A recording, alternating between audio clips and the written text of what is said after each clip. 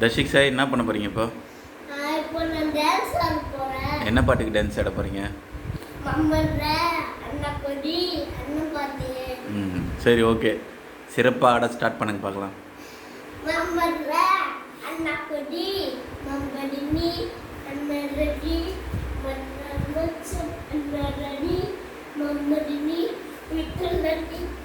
என்னப்பா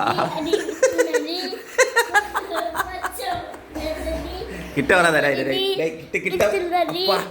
கிட்ட வராதாடுறா, வெறி பிடிச்சோன்னு.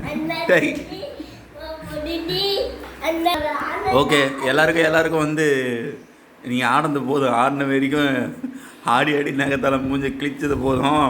என்ன எல்லாருக்கும் தேங்க்யூ சொல்லிட்டு போங்க.